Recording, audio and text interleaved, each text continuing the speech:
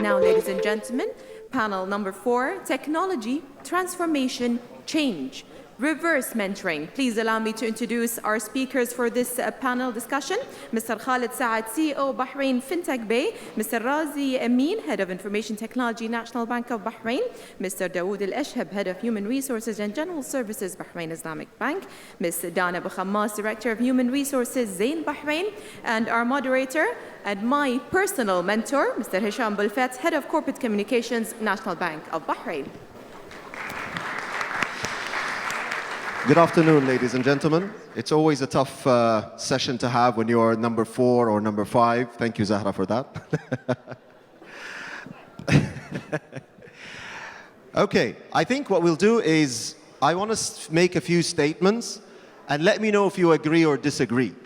And I think this is going to be an interesting topic because we're talking about something that is completely different. We're talking about something that is beyond what we think is actually done. So let me start by making the following statements. And forgive me, my panel, I know that this is not, I won't say what we agreed on, but this is something that it was a spur of the moment, and I think it is beneficial. So here are the statements. When we reach 40 years old, this is what happens to us. And I'm talking about the people in this part of the world, all right? And I'm stating facts. So when we hit 40, we know everything. We don't need to learn anything from anyone because we know it all. We are experts in our field. We are the most indispensable people in our organizations. You know, we're very valuable to our organization, so nobody could, you know, we're completely indispensable. And of course, the fact that I love the most, Middle Easterns don't have any egos. Fact. Well, let me tell you something. I don't think anybody in the room agrees with what I've said. I think you all disagree. But I want to take this to a different level. And I want to be honest and state the following true facts, because the facts that I've mentioned before are completely untrue. I've learned to be a better family person from my little daughter, who walked up to me a few months back and told me, "Oi, Baba, you can't spend so much time at work. This is not a hotel, this is home." No, actually, I'm sure. I've learned from my little boy, Fahad, to keep my promises no matter what happens. When I say I need to pick him up from school, Baba, you pick me up from school, all right? I've learned from my son, Faisal, obviously how to play video games and what this whole digital space is all about and this whole gaming is all about, but most importantly, learned how to appreciate and cherish every moment that I have from him. I've learned what pride really means when my sister, who's standing over here today, actually stood, after being trained, stood in front of the king before even I did. So that's what pride is all about. And I've learned, and this is I love the most at work, where is Muhammad al-Qasmi? I've learned from Muhammad something very important, that without him challenging me the most into what the bank should and should not sponsor or participate, actually saves the bank's image. This is very important. So ladies and gentlemen, if there is anybody in this room who really thinks that we do not learn from the younger people, I'm sorry to tell you this, but you're completely and absolutely wrong. I will not say that you're incorrect, I'll say that you're wrong. Now, if I go to my sessions, the very experienced people sitting on my session, allow me to start with, I was supposed to start Dana, but I'll start with Dawood, because I know what Dawood's motto is when he comes to his organization. Your motto, Dawood, is you come to work, leave your ego at home, correct? Correct, yeah. Let me know why. See, if there is one thing that I learned being a mentor and even being a mentee is just when you start your day, make sure that your ego is even still on bed. Because you need to have the mindset to understand that you don't know everything and you will learn with everyone around you, either being a junior level or a middle level or even a senior level. And ego destroyed a lot of successful companies in the past.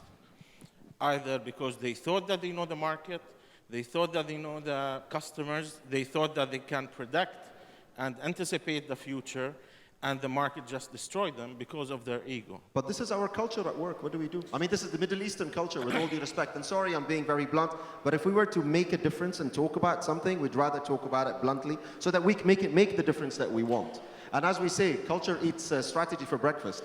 It's true, but also we have some success stories. If you look into Kareem, for example, what they did in Dubai, and it was sold in the billions of dollars, it's just they copied the idea of Uber, and it succeeded.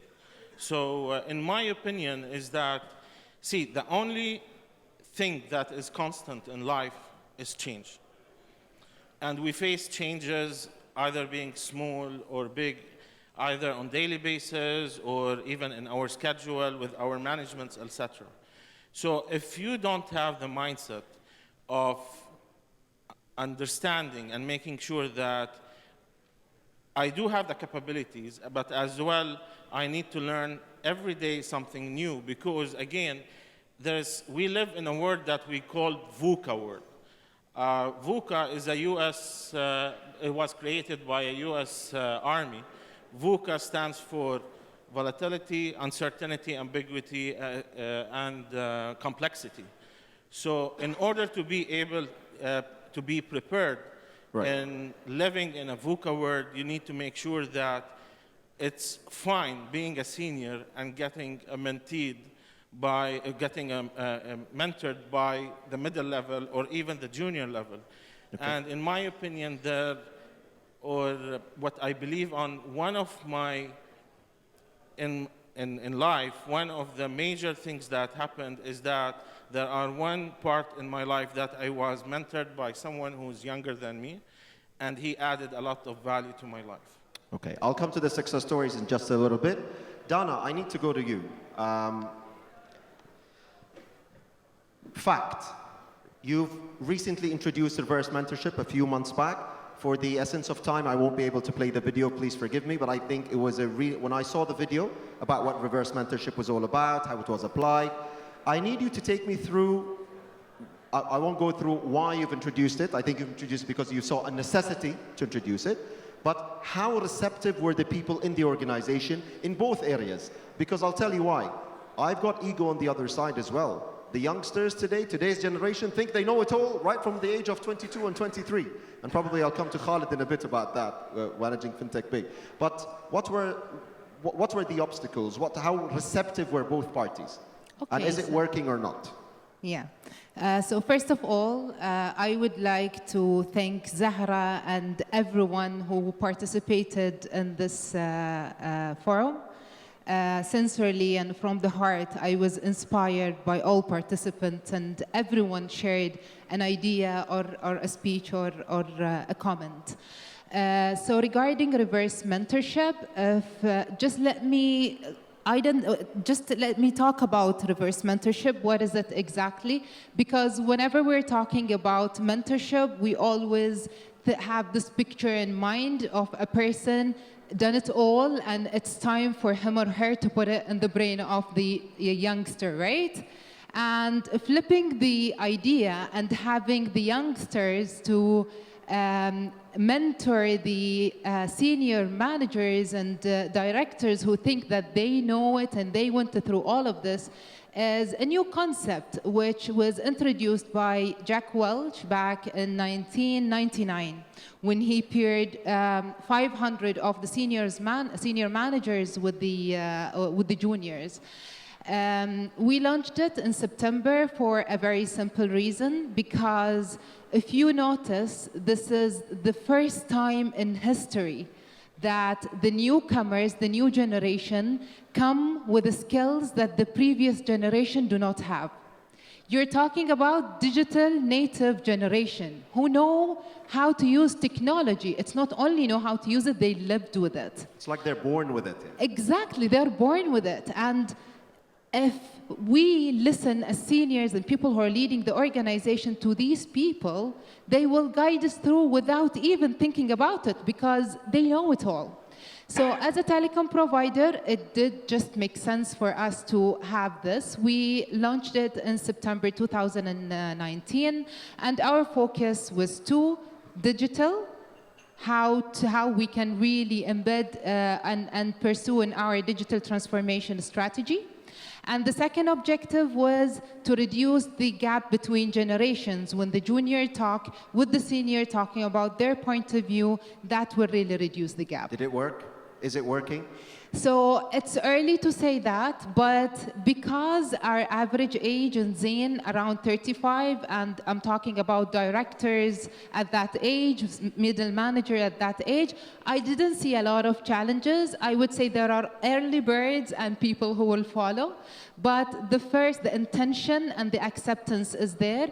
Around all Zain group, the objective was to coach to have mentorship relationship, 300 mentors to be coached within 6 months or mentored within 6 months, and we achieved 130 so far.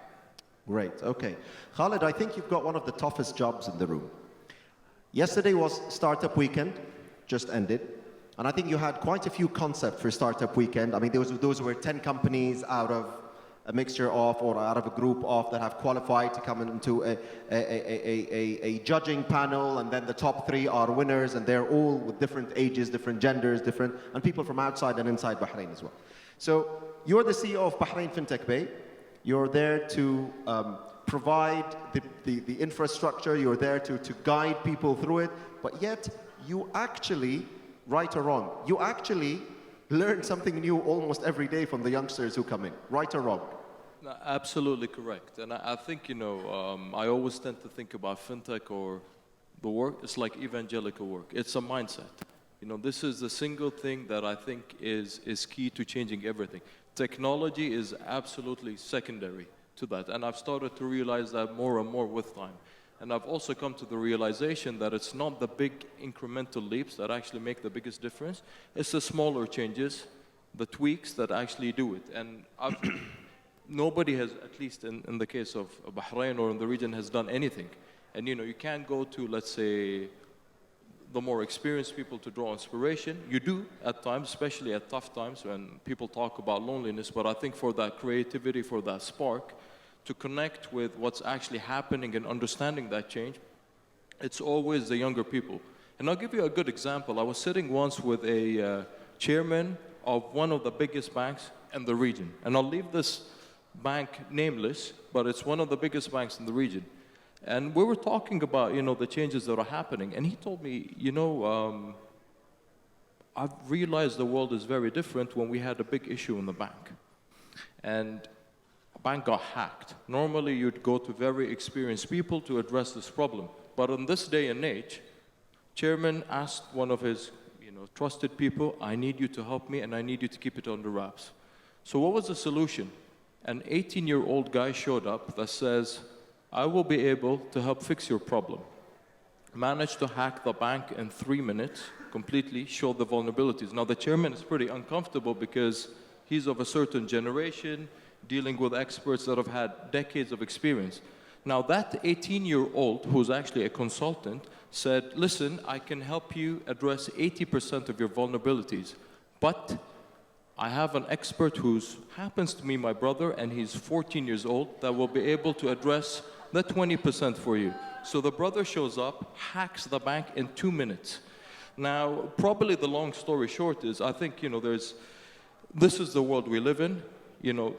The world has changed. I think, park your ego, absolutely. The values, the thinking has changed. I think there's a lot of value in terms of learning from experience, but I think you got to keep an absolutely open mind. And I think I've, at least in the last few years, have faced insurmountable challenges from people that try to explain something or justify something because it makes them comfortable, but it doesn't really answer the question of what is this current world or reality that we live in. And I think, to me, the moment that mindset shift changes, that's at least half the battle. So every day is definitely a new day, and you learn something from younger people every single day, irrespective of age. Okay, great. Razi, to you now. I sit with you in quite a few meetings in the bank, having working. I know that you've got 37 plus different projects to actually deliver. Where is our PMO? I hope I got the number right. Yeah. But what I notice, I know that we didn't rehearse this question, so forgive me, I'm going to be very kind of blunt. I notice in every meeting that I've sat with you, even though you are the person who is, you know, let's say, I would say the highest IT authority, yet it is your team who are actually taking the lead on almost each and every project. Now, my question to you is not why, but my question to you is how did you discipline yourself to accept the fact that even though you are their boss, and yet you're allowing them to take those projects forward and hold you accountable at some point in time if anything goes wrong? I want that mindset. How is that happening? I think the key here is to have an open mind. You need to have an open mind about, you know, you're not the only one that knows everything. So whatever I studied in university, now it's absolutely out of date. It's useless. And the younger generation, so I have a couple of guys here sitting of my team, they are by far more expert in their field. They know more about technology than I do. So it makes sense that they lead it, not myself. And I keep saying this, and I think you've heard me many times, that I don't want to be the head of a group of managers. I want to be a leader, creating a group of leaders. So they lead their projects. I'm part of their team as a member there, but not the person that leads it. I think I've done this many times with Ali there. So he's always, I'm putting him in the driving seat. I'm in the navigation seat. So I can navigate. I can help them in the navigation, but they are the ones who drive it, because by far they are more expert when it comes to technology than myself. So what I've noticed, there is a common denominator from what all of you have said, which was that all of you, four of you, related reverse mentorship to technology. Except you, Dawood, you had a different. I mean, 1, 2, 3, you've all related reverse mentorship to technology. Now, is it really limited to technology or not? All right, now this is something I will float around the room as well. Ladies, let's make this an interactive session, because the idea of having the panelists who are experts in their field is to open it up for the audience as well to ask their own questions, and we've got a question right from here. Go ahead. You want me to come to you, or I'll come to you? Go ahead. It's more of an example, because some of you who are here in the room know that Rana and I are an item. Towards the end of my mentoring experience with Rana, towards the end of that year, there was one point we had a Skype meeting, and I was alone in the room, and she said, by the way, Jumana, I need your advice on something. And I was like, looking around, like, who, me? And this is like a very senior woman who is the first female board member of Deloitte Middle East and Deloitte globally as well. And she was asking me for advice. So that was credit to my mentor for having allowed me to have enough confidence to do that and to have that relationship of trust. And also knowing that even as a mentee, you can give advice on a situation because you've created that rapport and that long-term relationship. So for me, when my mentor said, I need your advice on something, that was a big deal. So. Can I add something? Yeah, go ahead, Dawood. Yeah, see, mentorship is not linked to age, and it's linked to the need, to the business need. And it's not linked to a specific industry. So it could be technology, culture, management, leadership, life, whatever. If we know that there is someone who is better than me in something, then I need to own it and go and ask this person to help me out. It could be either in business needs, etc. And most of successful organizations, the 500 Fortune companies, being Google, Apple, Facebook, they have a department that is only meant to focus on mentorship and coaching programs. Okay. Another point from the audience. Does anybody have a question? Oh, wow. Whoa, mashallah. Okay. Hard luck. Let's start with the 1, 2, and then 3. Go ahead. Hello. My name is Fida Amirkani. I'm very happy to be here and to be among that beautiful platform of knowledge and experiences. I have 2 parts. I have an experience to share and a question.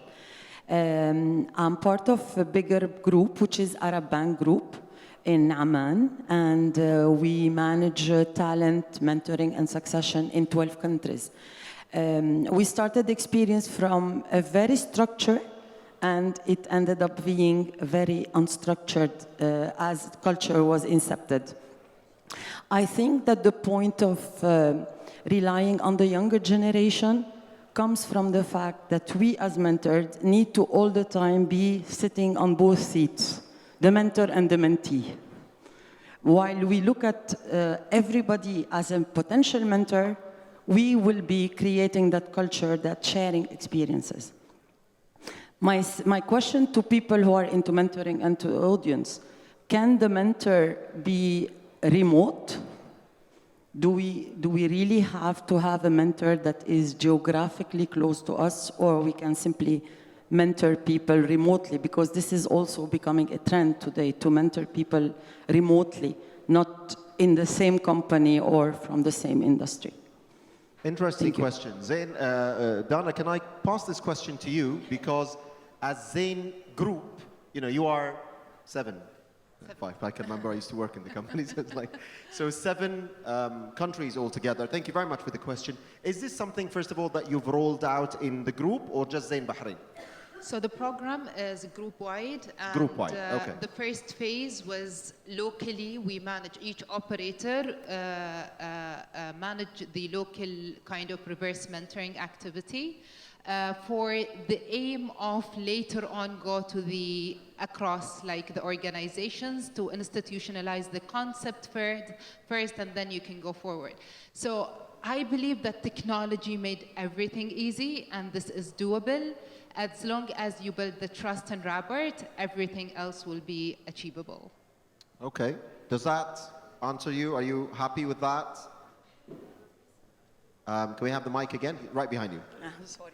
Basically, this is what we did. We created the inception in the head office, which is in Jordan, and we rolled it across 12 countries. And we had people mentoring each other in completely different geographical areas, Gados from the Middle East to North Africa, and so forth to the GCC. So mentoring doesn't have to be geographically binding. It's a culture that you just create where people, it's based on the fact that trust is there, and you can mentor anybody, anywhere. Thank you, Dana. And I think resources are very important to pay attention to as well, because resources are time, efforts, traveling expenses, Absolutely. many other. And it's, but again, if I may challenge those points that were mentioned right now, maybe I'm old school or old fashioned, but I would definitely, what I have in mind when it comes to mentorship is I would like to be closer to someone, because I don't only want to know what's in their head, I also want to see sort of their body language, how they act and react, how they respond, the eye contact. I want to learn more soft skills as well than just technical skills, which could be available or could be kind of bought. But again, just a food for thought. You had a question, I think, or somebody had a question here? Yeah, tafadali. My name is Sarah Ashraf. I'm from Standard Chartered Bank. I don't have a question. I just want to share my experience. Please. My previous line managers, David and Ashhab and Nof, are here. So I just wanted to share my experience. For both or for Dawood? Both. I joined Standard Chartered as a trainee, and from my first week, David asked me to join a workshop for labor, and I was surprised that this is my first week and he wants to include me in that. So leaders shouldn't wait for a mentorship program to implement this. He asked me to join in my first week, and I felt included. And for Nof, we are still in touch, although she left the bank 5 years ago, and I asked her all of my personal questions, like which school to put my daughter in, and she's very supportive. I like her. I really consider her opinion, and I always share my success stories with her. Thank you. Thank you very much for sharing. Thank you very much for sharing. MashaAllah, معظم the people who share are female. Okay, we have a male. Okay. So this is really good. Go ahead. Yeah, it's Rashid from NBB IT. It's a simple question I want to understand. I've seen the forum so far. I wanted to know how can you differentiate between a mentor and mentee? Are they both the same? Are they, in terms of age, I'm saying, because Hisham, I think you already touched that point. Age is not the factor. I just want to know if can a mentor be a mentee and a mentee can be a mentor? Is that something with time? I just want to understand that. That's the only concept I have. In fact, thank you, Rashid. In fact, I mean, when you talk about reverse mentorship, sometimes the roles are kind of exchanged or interchanged, I would say. So I go to anybody, Khalid, Razi, anybody, Tittle, feel free to comment, anybody. Look, I think that on daily basis, we are mentors and we are mentees. Right. So on daily basis, I would sit with my team and you know, mentor them, coach them. At the same time, you see me, you know, meeting Ian and you know how Ian is, but all the time we get the, you know, mentorship. So it's always interchanging. Well, it's interesting. Dana, you had something to add? Yeah, actually I have a story. So I have a mentor, his name is Noor, he works for the customer care. And we are connected on Instagram so that he see what I do, and he kind of supports me in the mentoring. Even in the arts and things like that? Like everything. So every time he say, well done, mentor. I told him, you're the mentor, I'm the mentee. And he keeps saying. So I think it's kind of a relationship that you build and you play both roles like all the time. If you allow me, I share a story that happened with him. I was like, I manage one of the responsibility, I manage youth program called Zain Youth. So I wanted his point of view in that program. So I was telling him, Nuh, and he is from that program. So I told him, Nuh, I want you to help me to achieve my goal in that program. The program meant to empower youth in a way that we want them to understand their capability and potential, find their passion. You put them in the right way through coaching, through personality assessment and what have you. And they go forward with it and they fly with it. I think this is kind of our responsibility in this program. I told him, and I was so concerned about the communication part, that was I boring to you or what? And this where I wanted him to mentor me. How can I talk to youth in a language that they understand and appreciate? And he told me, no, it wasn't boring, but first of all, they have to know you. Do they know you? I said, yeah, I'm the HR. And I was expecting that they will appreciate and respect me as a person who's leading HR. And he said, no, it's not like that. They have to understand you as a person, trust you as a person, not your position. And after that, they will follow you blindly. And that was an eye-opener for me, because these people do not trust anyone. They trust achievement, they trust actual contribution, and when they believe in the person, they do anything for them. So this was an eye-opener, beyond telecom. It was like a human touch that really opened my eye. Fair enough, very good point. You have something to add? Yeah, see, it really depends on the outcome that you're looking for. When Reach built the program, they didn't do it because it's something nice to have. They know that there were a need for it. So it really depends, the outcome will define the mentor-mentee kind of a relationship, and who I always say, always try to find who's the best who around you in terms of learning something new, or if you have a certain something that you want to overcome or to achieve. And what got you here will not get you there. Back to Marshall Goldsmith's book, which this will always need to figure out who's our who's in terms of in life or as well in our career path. Okay. You have something to say, Khalid? You've been thinking about something is playing in your head, but I've a couple of things, actually. I think on the point of remote mentorship, I found I get the best advice when it's actually remote.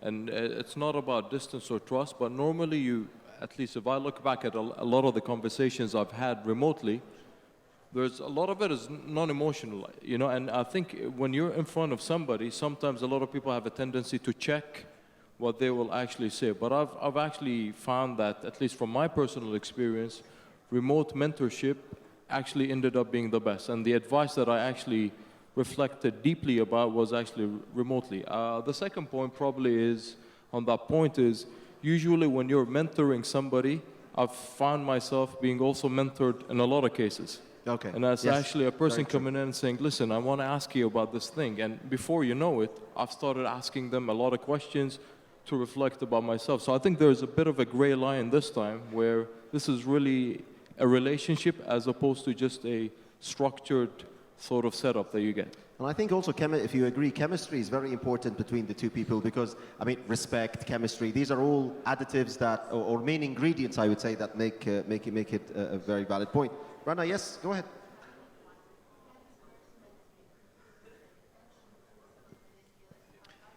So the question is, can reverse mentoring be used as a retention tool for millennials? Oh yeah, I'll answer. Definitely yes. And I'll tell you something. Actually, millennials, what they want to join a learning organization, and they want their opinion to be heard, and they want even their vision in a way of doing a business models to be executed and implemented. They don't want only increases in salaries or in bonuses, etc. So I do believe that there are different activities, but they can be part of the strategy meetings that the seniors do. They can be invited to hear their voices in the board meetings as well. They can be part in the recruitment decisions of the people that we want to hire in the organization. And this is how which you did a fantastic presentation, I have to say this. And this is back to our this is how you create a learning organization. So it's not about only training, etc. It's about how you involve the millennials in the decision-making process. This is how you can retain millennials. Okay. Can I ask you a question? Why did you ask that question? What brought it to your mind?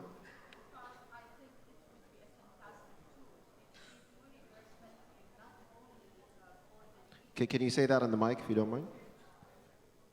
Because I'm a business person, I always want to look benefit for the organization as well as for individuals. Individuals go and come, they are our people, we retain them, we want them to be alumni. But at the end of the day, we have the purpose of the organization, the objectives. And to make reverse mentoring not only about two people, but to have a business aspect of it, I thought that retention would be, if in the mind of both the mentor and mentee, the reverse, the leaders, they have put that in their mind, it is also useful for the organization because millennials, I fully agree with you, want to be listened to, they want to be engaged with more than we are doing now. And so whether mentoring or reverse mentoring will have their voice heard. They want their voice to be heard. And so I think perhaps I wanted your viewpoints if you agree that this is a good tool. Well, thank you very much. Razi, go ahead. So based on a Gartner research, 80% of the population of an organization are not at their best. And the reason because they were not engaged and they are not involved. So you need to involve your team members. You need to make them engaged. You know, as leaders or as managers, whenever someone comes to you with a problem, you tend to give them the answer. It should not be this way. You should be asking them, what do you think? What do you recommend? It has to be the other way around. You turn the table and you ask them, what do they think?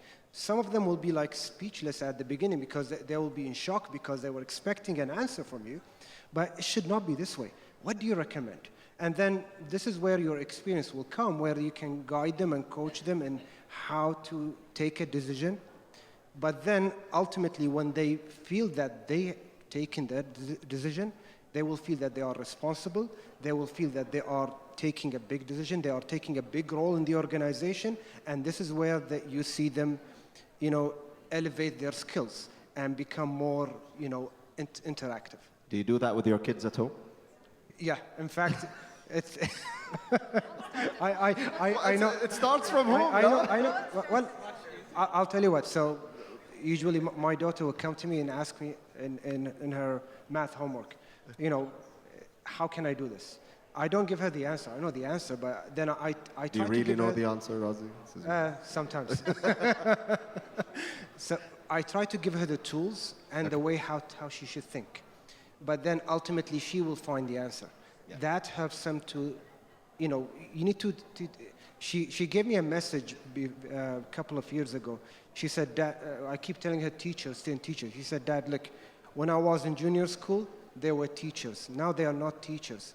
They are educators. Ya salam. Okay? Ya salam.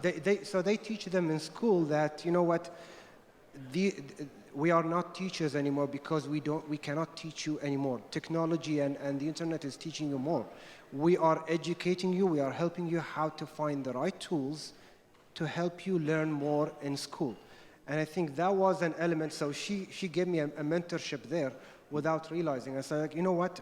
I've just learned something new from my kid. Yeah. I think my daughter and your daughter should speak more often. Yeah. Okay. Any questions? Any comments? Oh, Samaha. Yeah, right here, please. Thank you. MashaAllah, quite a few hands, so forgive me. Let's make them short and sweet. Go ahead. Thank you. My name is Salma Asad. I'm the lead for the Mentoring Center of Excellence in Aramco, Saudi Aramco, along with Karina Chapa, who will speak later. You can think of the Mentoring Center of Excellence as Tamkeen and the mentorship program as Reach, but in one company. So if I may synthesize what I'm hearing in the morning, and I want to check my understanding, is that having an organic approach to mentoring, to create a learning organization and engage and retain the talent is one way, and another way is to have mentorship programs that are based on a business need. Is it fair to say that having both approaches simultaneously work best, and any comments on that thought? Khalid, can I refer this question to you? I want the reason I'm referring it to you, I don't want an HR answer. I wanted a managerial kind of answer. No, I think at least from my personal opinion, I found that, you know, depends on where you are in the whole experience cycle. And I've been in multiple organizations, and I found it that, you know, it's not that it's forced on me. I've been a part of mentorship mentee programs. I've never found them useful. And I'll tell you what, because I thought, you know, again, they were a checklist exercise. I found that, you know, whenever I had to seek that mentorship and drive, that's where I found it the most useful. And I'm trying to think about a time when I've actually had to utilize the infrastructure that was already existing in an organization. I mean, it's there, but at least this is from my personal experience, not saying that it doesn't work. I found that when I needed it the most, depending on my own need, as a lot of the points that were here, drive your own development, you're the only person, that's when I actually sought it the most. And I sought it at times when I didn't expect to be seeking it. Especially the beginning of my career, I think, you know, I look back at the sort of advice that I got, and I found the advice that I'm getting right now, at this point, probably 13, 14 years in my career, the most valuable because I needed the most. And so I don't know if that answers your question, but I think I've always looked at it from a slightly different perspective, that it is more experience-based as opposed to actually being part of this formal structure. Thank you very much. Questions? Comments? I have 5 more minutes to go. Another one? Yeah, sure. Let's have another one. I love the whole challenge and debate. No, because mentoring is very close to our hearts. So this is why comments just... and I think whether we go for structured and unstructured, mentoring needs a paradigm shift. We need to create a culture where people are at ease to open up, and mentors are egoless enough to understand that they have to learn as well. And my question as well is, are the cultures ready really for cross-functional and across-the-board mentoring? Because experiences have shown that lots of initiatives have started as mentoring and then ended up into coaching. So what are the milestones that will ensure that mentoring will not end up being just by ticking boxes and achieving KPIs and targets? Okay, I'd like Dawood and Dana to answer this, but my point here is, what is culture? It's us, correct? It's what we bring to the table. It's our mindset. It should start with us. And I don't think I'm wrong when I assume that if we want to do something, we should start doing it first so that we could lead by example. Maybe I'm right, maybe I'm wrong. I'll leave it to the two HR experts on the panel. So, see, I will not answer culture because there's many definitions, etc., and it's a long topic. But what I can tell you is one thing, is that if you saw the mentorship and the people agenda on the board of directors agenda that are discussed on quarterly basis, being a leadership, etc., then you will know that there is a serious in mentorship, there is a seriousness in leadership, there is a seriousness even in succession plans. If you do not see the board of directors agenda that have a people in it, then you know that it's something that's nice to have. Are we there yet? The answer is no. I've been in many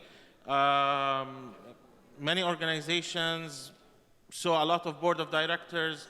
It's different. It's really still, it's based on the individual, the leader who's driving or he or she driving the organization. But we are definitely on track. Example, now look at the event here and the people, where around 350 people are taking things seriously. We have C-suite levels who are coming and they are part of the panel, which means that the mindset is there. And see, it's not only in the Middle East. If you look, and I've been working when I was in Standard Chartered, I've been looking after the MENA region, so Middle East, Africa, etc. Even in other regions, they have their challenges in culture. So it's not only the Middle East thing. We need to make sure that it's driven from a senior level and it's on our agenda, and and always it's part of our DNA and values of the organization. MBB just now announced on Inspire, which means that they are serious about it. We have Zain, we have Gulf Air as well. So I think we're there, but still it's a journey. At the end of the day, it's a journey. It's a journey. I'd like Dana, I'd like you to comment in just a minute, but Dana. So from my point of view, as much as people I know trying to draw a line between coaching and mentoring, I come from flexible background, and I believe that it's the relationship, it's the comment that comes on time that open the eyes for people to grow and progress. This is what you need at the end of the day, putting this process or that process, signing this contract or that contract. Once you create that relationship for both parties to grow, you achieved your objective. From my point of view as a person who's been in a very dynamic culture of telecom. You want to comment, Dana? You have something to add? Microphone. I just want to say that, Dawood, thank you so much for sharing that insight, because it just gave us a lot of comfort. As you were saying, that as a sign of commitment, if the board of directors are interested enough to meet the people, to meet the future leaders, to get updates on their progress on a regular basis, then you're on the right path. And for that, it just ticked every single box that we're doing. And I think that's why it's translating in so much change in such a short period of time. And what I want to say here is I would urge all other organizations to take it as seriously as we take it, and as a sign of that commitment, to use that checklist as a personal note. Are we there yet? Are we really that serious about it? Are the decision makers really serious about their commitment towards the development of growth? Is that evidence to our new generation? We talk about retention tools. A lot of the attendees here are from our talent management program called the Rise. And the first thing that we did when they were selected was to arrange for them to meet our board members because they had asked to connect with our future leaders, to get to know them better, to see who they are. And for me, put together, it's a sign to those individuals that NBB is serious about their growth, and for the board to really get the comfort that as management, we are working towards building a pipeline of future talent, and that we're all as invested in it, and it's a process and it's a journey that we're contribute to. So thank you for pointing it out. I think it's spot on. Thank you, Dana. I'm lost for words and I'm lost for times as well. If I could have between 15 to 30 seconds of each of my panels, if you want to say literally last word or last sort of sentences. But I've enjoyed this session. Khalid, can I start with you? I just want to say that, you know, everybody knows that we live in an ever-evolving world, and it's changing rapidly. And, you know, as they always say, the only certainty is uncertainty. So I think, you know, building relationships irrespective of age, irrespective of, you know, culture, and especially building relationships with a purpose are the way forward. And I emphasize the word purpose, and, you know, there's no right or wrong time to actually seek that advice or build that relationship. And I think that's important. Thank you very much. Dana? Thank you so much for the opportunity. I really enjoyed being here. Congratulations to MBB. We're so proud of all what is happening. Keep up your great job. Thank you very much. Razi? I would still emphasize on open mind. Have an open mind about it. Just because you're a mentee from you know, young generation doesn't mean that you're weak or you lack the knowledge. Actually makes you stronger because you admit that you're learning from the young generation. Thank you very much. Dawood? First, I would like to thank everyone, MBB, Fenmark, Reach. I mean, it's really a great event. And I'll leave you with leave your ego at home. Ladies and gentlemen, please join me in thanking my panelists. Thank you very much, and thank you for all your contributions. يعطيكم العافية.